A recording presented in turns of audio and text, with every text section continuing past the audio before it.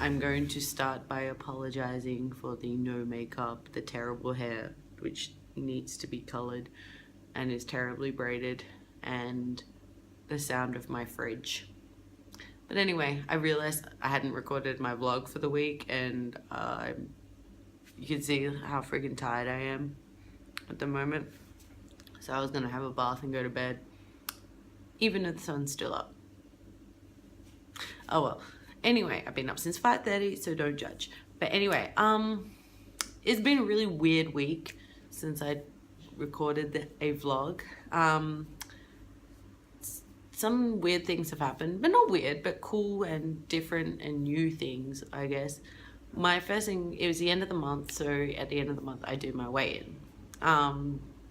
And I noticed that my weight, I had only lost 200 grams this month. Now that's discouraging at first. Now I realized that was the 3-month mark, and if in the first 2 months I lost 13.3 kilograms and then 200 grams. So it's kind of like, what the hell is happening? But then when you look at that average out, that's more than half a kilo a week, which is, your standard weight loss. So, that's okay. It's not a big deal. But, it felt... And then I realized the first half of the month, I had a real blowout with my diet. So I was kind of a bit, naughty. But then I decided to do my measurements instead, to kind of maybe I lost weight somewhere else. Okay, in the first 2 months, I lost 40.5 centimeters off various parts of my body. And in the last month, so the whole month of October, I lost 41 centimeters. So double. So I basically have lost 81.5 centimeters off my entire body. And now, that is a better indication of fat loss, because the weight, it can still be muscle. So obviously this month I have gained a lot of muscle, turned a lot of that fat to muscle. And at the end of the day, this isn't about the number on the scales for me. It's about a feeling and how fit and healthy I feel. Because I was feeling really good. So really, again, it goes to show that that number on the scales does not mean shit. It doesn't mean a thing. Another thing, I'm doing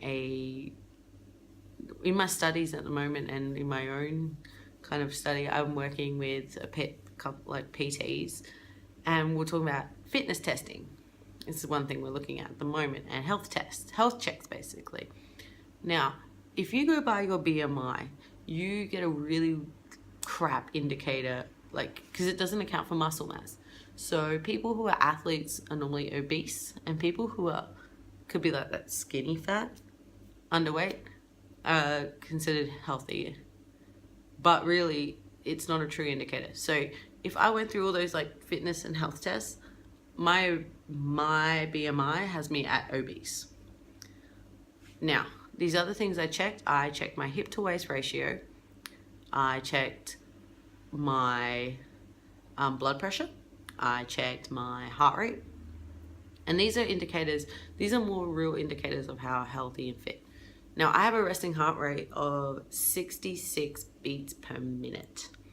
Now, to be considered fit, it's between 60 and 90. Well, normal is 60 to 90, but really it's 60 to 80, we learn.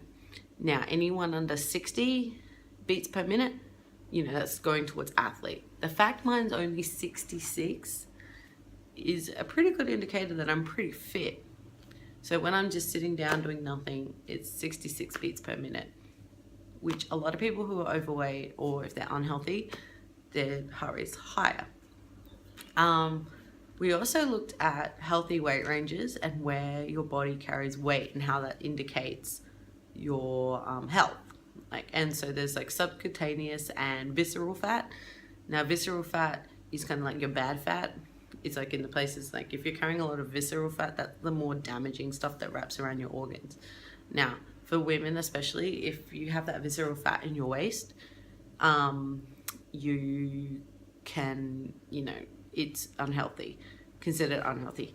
Whereas subcutaneous fat is just under your skin. Now, I look at where my body is and where I carry a lot of fat. I have a lot of subcutaneous fat, which is not great for your joints, but at the end of the day, it's not as scary as visceral fat. So this is why we do a hip to waist ratio. Now, because the weight on your waist can have a big indicator. Now, my hip to weight ratio has me at low risk, and I have taken my waist measurement down from around 106 centimeters to 89 centimeters. Now, that means 88 centimeters is considered in the clear zone. Now, which for me, you know, for being so overweight and my BMI being so high, that's a great thing as well. And another thing to think about as well. Now, my blood pressure, I have really good blood pressure. Like, it's, so like 120/80 is your, like, the highest it should be. Mine's like is a normal, like you should be aiming for the highest to be 120/80. Anything above starts to head towards that hypertension, whereas I'm on 110/70. So these are all like ways that, you know, yes, the scales and the BMI consider me obese, fat, heavy, and yes, I am. But if I went just by that, you can see how damaging that can be for someone who doesn't understand how your body works. And there is other ways to measure your fitness and your health. Now, me, my aim is still fat loss, but it's also fitness and strength. I want to get stronger and fitter, turn that fat into muscle. So at the end of the day, I really don't care how much I weigh, but you know, it's another indicator, and I'm looking at all these things. And so, you know, even though I lost 200 grams, I lost a freaking huge amount of fat and turned it into muscle, which, oh, yeah, that's part of my goals. Another awesome thing that I have decided to undertake is I'm slowly transitioning into veganism. It's purely for my health and the environment and animals and all that sort of stuff. I've been thinking about it for a while, and you know, I've still got animal products in my fridge, so I don't believe in wasting food, because you know, we come from a society of waste. So I'm going to use all of that, but just if I have to replace those products, replace it with their vegan alternative. So far so good. I've been cooking vegan foods. I've been scouring the recipe books, and it's really awesome because I found it's actually made me think about what I'm consuming a lot more. And I think if you're going for health as well, that's awesome. And obviously, you know, animals and all that. So yeah, it's going to be interesting to tell my parents because they're coming at the end of the month. So I'm trying to make sure I plan all our outings and make sure that we're going to places that have vegan options, so I can be like, oh yeah.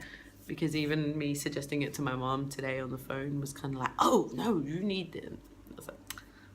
And then I'm making my own stuff for Christmas, so you know, lucky I can cook. But yeah, so what I want to kind of give you guys today is a message, and that's like, don't get so caught up in what society thinks you should do. Like, so society reckons you should be skinny, should be weigh a certain amount,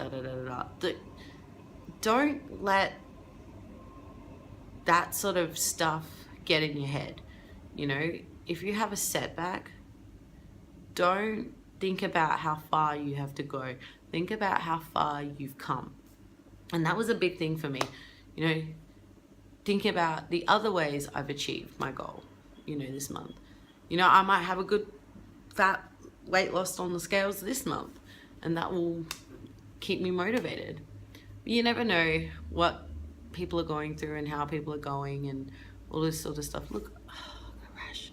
Anyway, but yeah, so that's my story for today.